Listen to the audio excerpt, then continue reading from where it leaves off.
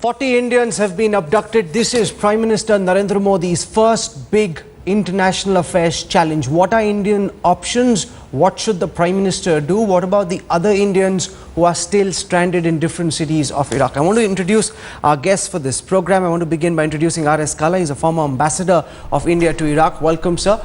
We've also got for a perspective on what this means for oil prices in India, Narendra Taneja, one of the foremost experts on energy security. To give us a sense of what the NDA government is planning to do, we've got Member of Parliament from the Rajya Sabha, Naresh Gujral, several people from Punjab amongst those who have been abducted by the ISIS. But I first want to go across live to Tikrit at this time. Joining us from there is Nurse Marina.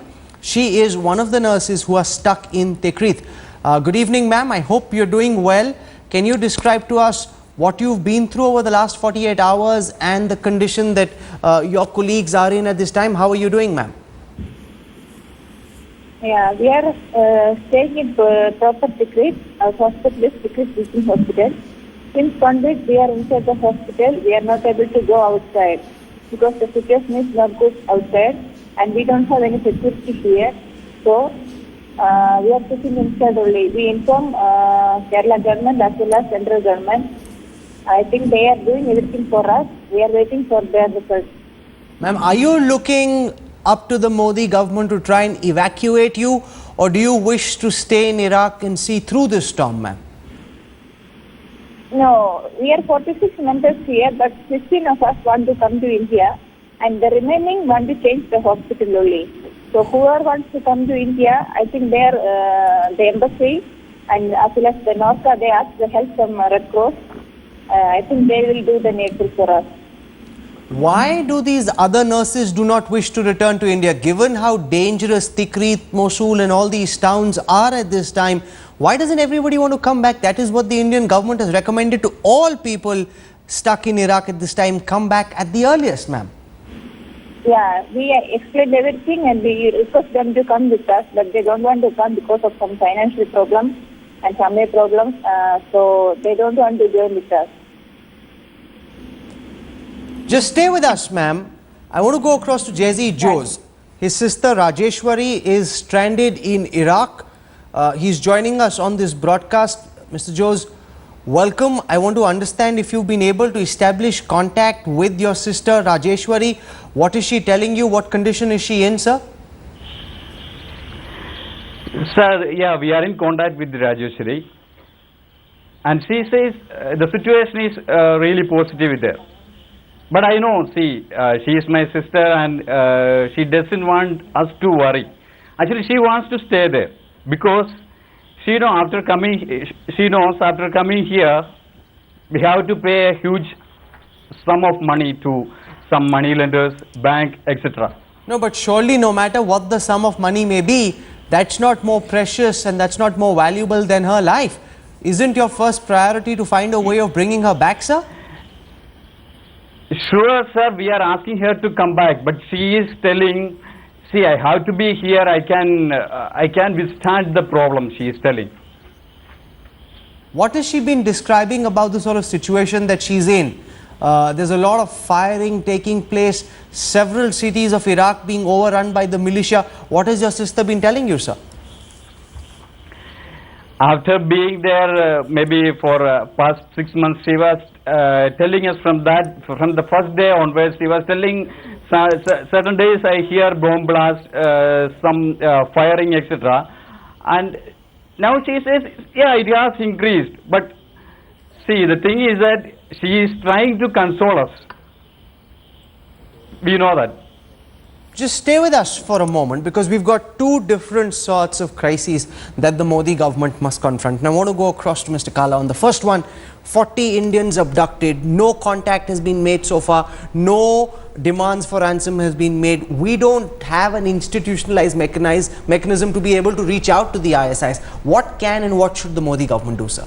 I think the Modi government should take 3 immediate steps. Yes. The first one is that besides India, there are other countries who got similarly in a similar sort of situation. Their national too are in the areas which are now controlled by ISIL. So we should quickly liaise with them. For example, there are over 1,000 Chinese who are stranded in Samara. So we should liaise with them and try and find a common ground so that we can be able to together perhaps approach ISIL. Secondly, what we must do is get in touch straight away with countries such as Saudi Arabia, Qatar, Kuwait, and perhaps at a higher level. We can even think in terms of sending a senior politician or a senior envoy from here to get in touch with them, and by all accounts the Saudis and the Qataris are the persons who are in touch with the ISIL. The third thing which we must do is that I think this nomenclature which has been given to these ISIL as jihadis and bloodthirsty etc., I think needs to be taken with a little bit of pinch of salt, because you cannot overrun such a vast area in so many cities unless you have local support, and by all accounts they've got local support, because the Iraqi army, unfortunately, as it is constituted, is basically a Shiite army, and they too have been using very repressive measures in these areas, and therefore I think you've also probably heard 44 Sunnis were murdered in a police station. So the kind of attitude which the Iraqi army had towards the local population was, to say, I would say at the very least, fairly what hostile. you're suggesting also throws open the question of what might happen later. Yeah. Will these areas forever now constitute a new country? But I'll come to that in a moment, because I'm first and foremost interested in understanding from Naresh Gujral what the evacuation plan is. What is the contingency plan? 40 Indians abducted. We don't know where they are. They aren't in contact with the Indian government. No ransom calls have been made. There is no one person you can speak to in the ISIS. What does the Modi government intend to do, Mr. Gujral? Rahul, you're right. Till this morning, or rather till this afternoon, there was no news of these 40 prisoners.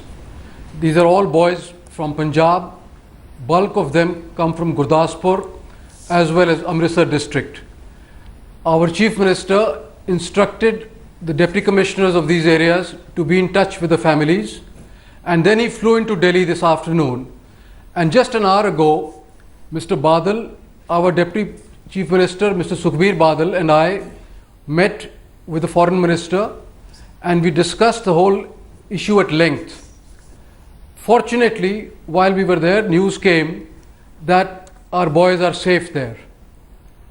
So that is a big relief as far as these Who 40 gave this prisoners are news, sir? concerned. Because this is something that the MEA hasn't said. You We were got in this this- meeting. Where is this news coming we got from, this sir? news. We got this news from the Foreign Minister at about 8:30 this evening. The So Foreign obviously Minister of it's come India, from reliable Sushma Swaraj. sources So you're saying, sir, of India. because this is important That's now. right. You're saying that Sushma Swaraj has told Sukhbir Badal that these 40 Indians are safe? Mr. P.S. Badal, Mr. Prakash Singh Badal, Chief Minister of Punjab, that these Indians are safe. Where are they? Well, she has not divulged the details, and I don't think she has the details. No, but what is the government's she did plan get to news try from and bring them out of this war zone? Look, it is too early. These prisoners have not been released so far. All we know is that they are safe, and that's a huge relief. But eventually, if we have to airlift all these people from Iraq, the government of India will certainly do so. No, but to You be would able to recall airlift them, you that first in need to secure their 1990 release. To be able to airlift them, you first need to Absolutely. secure the release. What is your Absolutely. plan to do that, sir? That's exactly what I'm saying. Look, as I said, we only got news at 8:30 this evening that they are safe. That is a big Obviously, relief either indeed. late at night or tomorrow. Exactly. So by tomorrow we will have some information as to where they are, and hopefully we'll be able to seek their release. Kamar Aga is one of the top experts on West Asia. I want you to explain to our viewers what are Prime Minister Modi's options. These 40 Indians have been abducted. There is no one particular person to speak to. No ransom demand has been made so far. What can and what should the Indian government do? You see, this is not the first time. Earlier also abduction has taken place of Indians, mainly from Punjabi. 3 Punjabi youths, were abducted. We managed to brought them safe. I'm very sure they will come back in India. They were abducted for money or some other concessions, which But we don't know that. We don't know that. The situation in those towns where these people were is completely out of control. It's out of control, but these are the people, they must have been kept somewhere, and foreign ministry has some expertise in dealing with. Earlier Taslim Ahmed was sent, Ambassador Taslim, he brought them back. He was the one who was negotiating with them. We have some channels there. There are some ulamas. Then we have good contacts with the Saddam loyalists, because they were very friendly to India. Saddam has a good contact with India. They're not against India. Then the tribal leaders are there, within these areas. I'm talking about the Sunni areas, I'm sure but so far we've seen these people kill in cold blood. We don't even know if it's money that they're looking for. No, they killed the Shias only, because the Shias, they declared them enemy. They declared them kafir. They said that they are not Muslims. They won't consider these people, some of whom are Sikhs, some of whom are Hindus, to be kafirs? No, one second. These are the people, they have been involved in abducting people, kidnapping, then drug running, then gun running. They are involved in this business for a very long time. So they have, kidnapped them for money. Only purpose is money. They think they can manage. Mr. Khala, is that the perception that you share as well? That these people have been abducted for money and India must find a back channel way of being able to speak to them, give them that money and bring them back? I don't think so, because these ISIL is not short of funds. They've just, I think, looted Mosul treasury. And by all accounts, they've got something like $400 million. And plus, so why do you think this abduction's taken place? I don't think any abduction has taken place. I think they're probably at a safer place. Because let's take, for example, what is the advantage of abducting these people? None at all, to my mind. Basically, the ISIL also wants to give a proper image as far as the world is concerned. So I don't think they're going to touch any foreigners. Because from the reports that I've been reading, Mosul is now open. In fact, schools are running, colleges are open, people are going. They're trying to set up their own country by force. Absolutely, absolutely. Can they pull it off? This is the point that they might, because I don't think the Shia-led government in Baghdad is in any position to take these areas back, unless they are propped up by perhaps the do you share that etc. perception that we could possibly be seeing the beginning of the creation of a new state? I don't think it would be a state, Nobody is going to recognize that. For a state, you have to have a recognition. But they are going to maintain their presence for a longer period of time, because they have the local support, plus they have the support of Saddam loyalists, tribal chiefs. All are there, for them, So they're going to have contact. Stay with me. There is possibility. There are many other groups are operating along with ISIS. The other groups are also. Maybe one of those groups might have kidnapped these people. There is a possibility. I want to understand also the implications on India's energy security. Narendra Taneja, that's where you come in. We've already seen the price of Brent crude go up, not very substantially just yet, but go up nonetheless over the last few days. Stock markets also coming down, not very substantially just yet, but coming down. If this were to continue, what sort of an impact would this have on the man on the street who goes out and buys petrol and diesel? Well, you see, Iraq is a significant supplier of crude oil to India, and there is, when you look at the swing capacity, the world swing capacity in terms of crude oil, that's roughly $1.5 million. Iraq they produce close to 3.5 million barrels. So far, if you look at the market very often knows the best. You see, and there is no anxiety. There is some anxiety. Why is that? Well, it's because they are looking at it.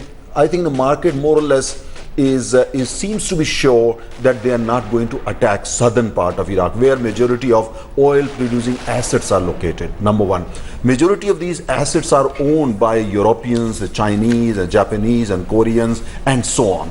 And there is business as usual. Oil is being produced, oil is being exported. Some of the biggest refineries have been shut down. But refinery is totally different thing. Refinery is, we don't import petroleum products from Iraq. A refinery has implications only for the local people. They might have done that either to protect the asset, or they might have done it in order to cut actually the supply of petrol, diesel to maybe to Iraqi forces. We don't know. But refinery has nothing to do with it. Refinery is totally different planet.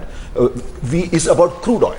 So Iraq is basically known for crude oil, and so market believe that probably this situation will be contained. This might go on for some time to come, but it's going to be kind of quote unquote localized, means that they is going to be a kind of thing between the militants, Iraqi forces, or if America decide to intervene using, whatever technology. Okay, so let me come to that question. Starting with Mr. but that's Khala, will we different, see an American or a global intervention in Iraq at this time? You see, American policy as far as Iraq and the Middle East is concerned rests on two pillars. One is the safety and security of Israel, and second is the unimpeded flow of oil from the Middle East. Don't forget, 57% of the oil as far as the world is concerned comes from the Gulf area. Now, look at the situation. As far as Israel is concerned, with the Sunnis fighting with the Shiites, Israel is relatively safe. Secondly, with the shale gas revolution now taking place in America, they are going to be self-sufficient in another few years' time. So they couldn't care less as far as the oil is concerned. Therefore, the interest of America to intervene in inter-Arab or inter-sectarian disputes becomes less and less. Mr. Aga, do you share that perception that given that Obama is saying he doesn't wish to play global policeman any longer, and given America's previous bitter experience in Iraq, that any form of an American military intervention is highly unlikely, if not impossible? Absolutely, because Obama himself has said that no boots on ground. He said that the soldiers, but he has already sent 285 green berets. They have gone there. They must be reaching or already reached. They're going to train local people who in turn would fight. Okay, they are very good, in this. Second thing, air cover they might provide. They have promised they might provide air cover. Third thing, why should they intervene? For them it's a fight between the two devils, Shia and Sunni devil. Let them fight, it weakens both. Third thing, they are concerned. Now they are concerned because Iraq is a very strategically located. It borders with Kuwait, Saudi Arabia and Jordan. These three countries, they are very trusted ally of United States. So their strategy would be to ensure that this problem Mr. should not Naresh Gujral, there are two problems. One, of course, is the 40 Indians who've been abducted, who you've just told our viewers that they are safe. The other question, though, is what about the 1,000 odd Indians who are stranded in different cities of Iraq, which are currently witnessing gunfire? Now, is there any plan at all that the government is putting into place to try and evacuate these Indians, sir? Rahul, I think it's too early to comment on that, but we were reassured by the Foreign Minister that no effort or expense would be spared to get our people back. You would recall that a similar thing was done in 1990 when Iraq had invaded Kuwait, and we had the largest airlift from Kuwait to India.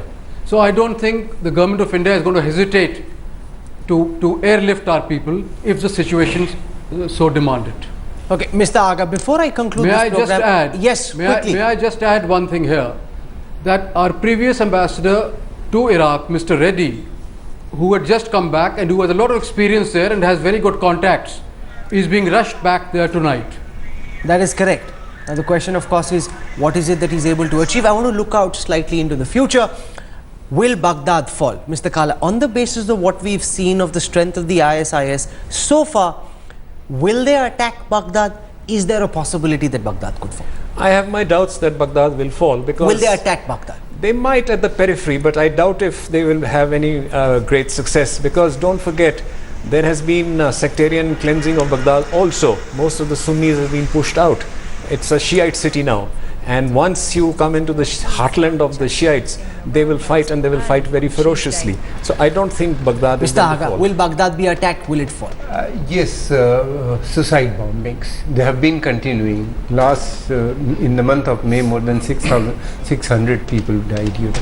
And if you look at the last 3-4 months, continuously hundreds of people have been killed. So this type of attacks, they'll continue. Will there be a full-fledged attack on Baghdad? You're saying that is not possible. That's not likely. That is difficult. But the guerrilla war, that can go on anywhere. Mr. Narendra Taneja, in the medium to short term, what would be the larger implications for the global energy security? Well, you see, when you do the implications are, as long as situation is contained and oil prices do not really go beyond $120 per barrel, I think it's manageable for large economies such as India as too. Of course, we would have to introduce some tough measures in terms of conservation and things like that. But if crude oil prices go beyond 120, I think, the biggest pressure is going to be on Saudi Arabia from the whole world, because they're going to say, look, this is not something which we will accept. because everybody knows that Saudi Arabia enjoys tremendous influence on these militants in the forces. Okay, Mr. Khala wants to add a word before I just want to add very quickly. You see, the bulk of the production of oil in Iraq is either in the southern areas, which is now dominated by the Shiites, or in the north, which is controlled by the Kurds. And since the American occupation, they have built a pipeline, and this pipeline has got full coverage. In fact, there's a barbed wire which runs right along this pipeline, right through Turkey. So I don't think, as far as volume is concerned, that there's going to be any what they call diminution of oil from Iraq. Okay, so and that's precisely, Rahul, the reason that the oil prices, for instance, actually, there is anxiety, but you don't see any panic as far as oil prices. As of now, there is no reason to panic. And Naresh Gujral has just told us that Sushma Swaraj has informed the Punjab Chief Minister that the 40 Indians are safe. Back channel talks are currently on to see if we can have them brought out. That is, of course, the first challenge that the Narendra Modi government confronts and must deal with. We will keep reporting on this story all through the next 72 hours right here on Headlines Today.